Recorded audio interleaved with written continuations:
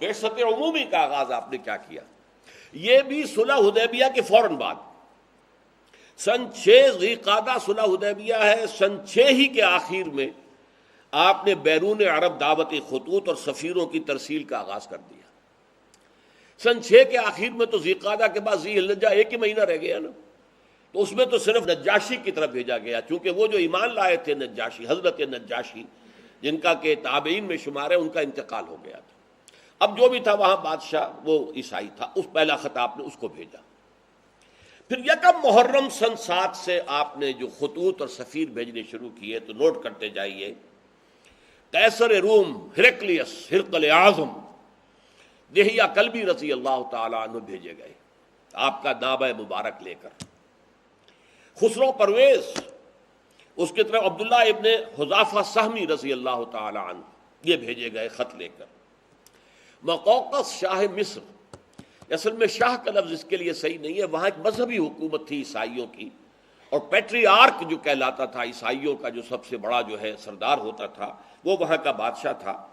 ان کی طرف حضرت حاتب ابن ابی بلتع، وہ جن سے غلطی ہو گئی تھی فتح مکہ سے پہلے کہ انہوں نے ایک خط لکھ دیا تھا اپنے عزیزوں کی جان بخشی کے خیال سے،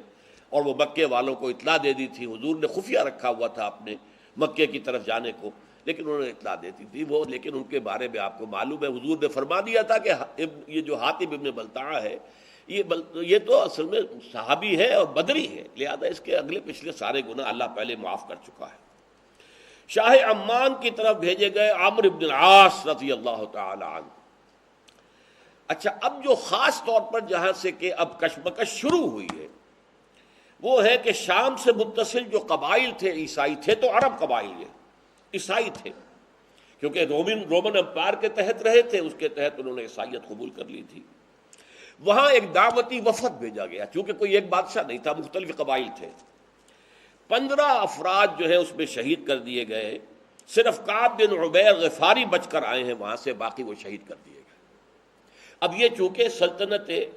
روما کے تحت تھے، تو گویا کہ اب جو چھیڑ چھاڑ کا معاملہ شروع ہوا وہ سلطنت روما سے ہوا، اور یہ اس کو میں نے اپنے نوٹس میں لکھا، میں دیکھ رہا تھا کہ آئرنی آف دی فیٹ یہ ہے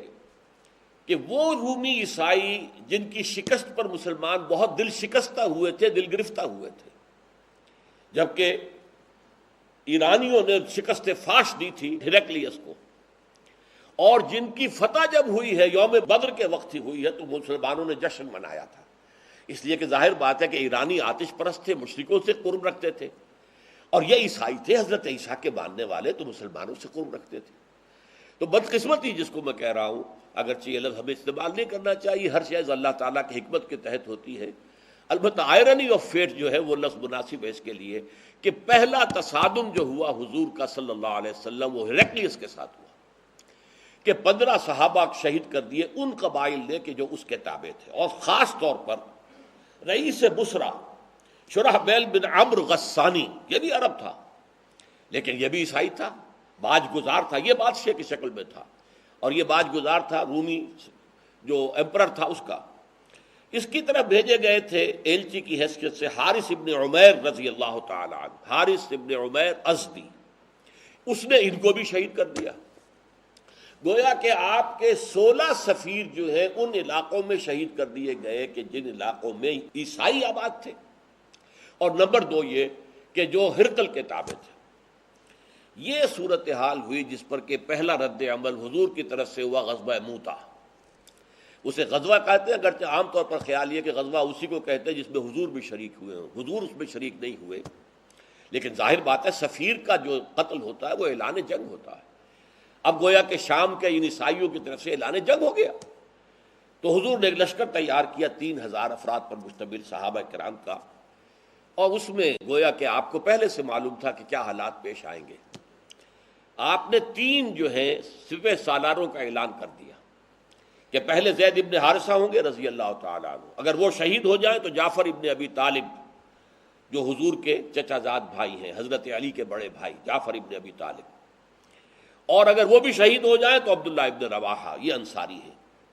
رضی اللہ تعالی عنہ۔ یہ 3 کا آپ نے نام لے کر تعین کر دیا۔ اب وہاں کیا ہوا، جب یہ 3000 کا لشکر جو ہے یہ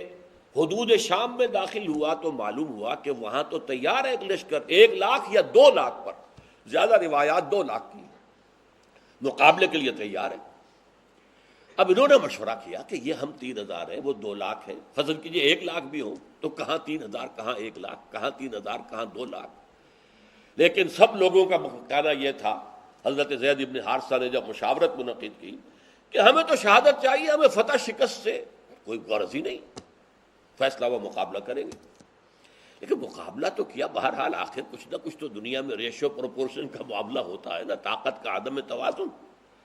لہذا وہاں صورتحال بہت مخدوش ہو گئی۔ حضرت زید بن حارثہ شہید ہو گئے، حضور نے مدینے میں اعلان کر دیا زید شہید ہو گئے، اب کمان سنبھال لی ہے جعفر ابن ابی طالب نے، وہ بھی شہید ہو گئے، حضور نے اس کا بھی اعلان کر دیا۔ پھر اس کے بعد عبداللہ ابن رواحہ وہ بھی شہید ہو گئے، جن 3 کا نام حضور نے لیا تھا تینوں شہید ہو گئے۔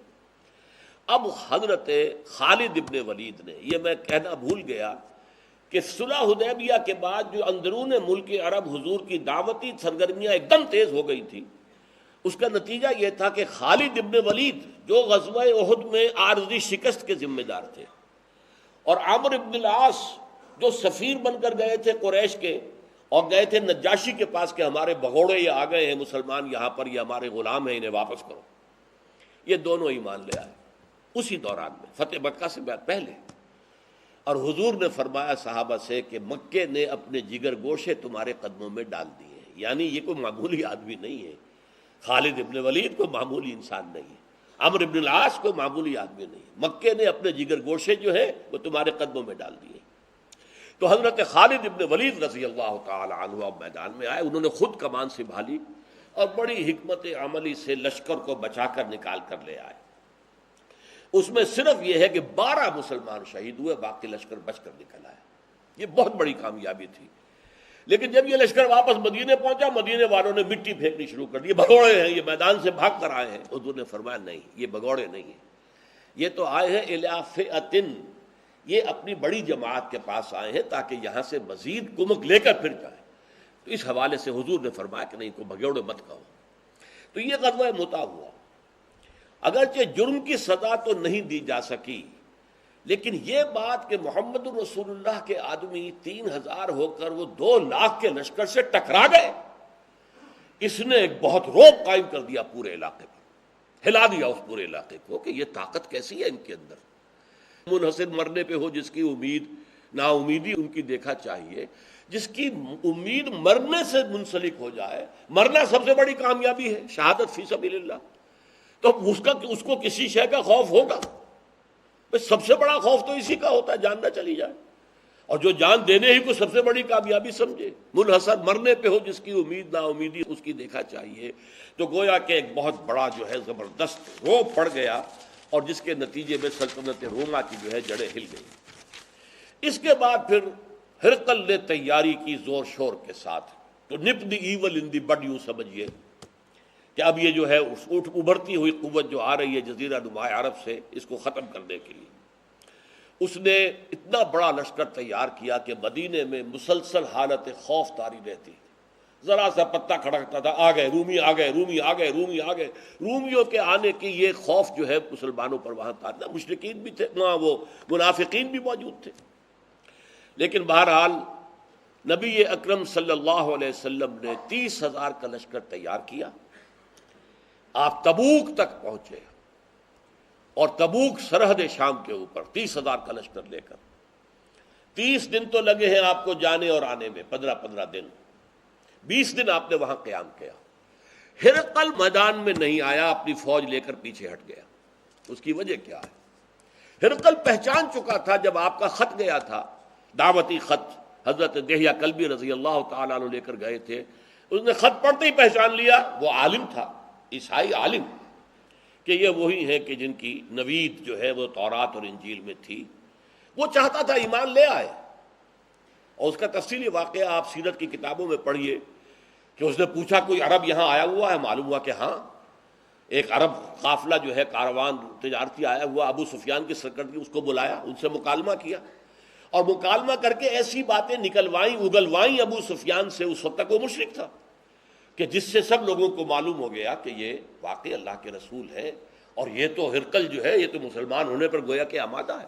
اس پر ایک بڑا جوش و خروش پیدا ہوا درباریوں میں، سپہ سالاروں میں، ان کا غصہ، ان کے نتنے پھول گئے۔ تو ہرقل ڈر گیا، وہ چاہتا تھا جیسے 325 سال قبل قسطنطین اعظم جو تھا، ایمپرر کانسٹنٹائن،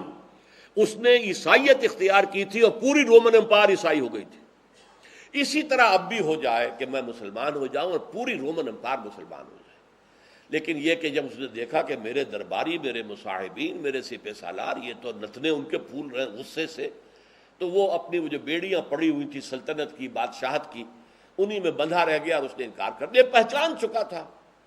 اس نے ساری تیاری اس اعتبار سے کی تھی کہ اس کا خیال تھا کہ جیسے غزوہ موتا میں حضور نہیں آئے تھے، مسلمانوں کا لشکر تھا، اس طرح شاید اب بھی محمد نہ آئے صلی اللہ علیہ وسلم۔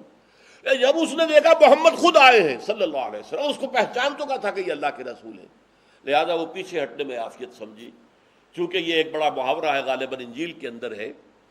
کہ وہ جیسے کہ چھری اگر تربوز یا خربوزے پہ پڑتی ہے تب بھی خربوزہ کٹتا ہے، اور اگر خربوزہ چھری پر گرے گا تب بھی خربوزہ ہی کٹے گا۔ اس طریقے سے چھری کا تو نقصان نہیں ہوگا، اللہ کا رسول جس سے ٹکرائے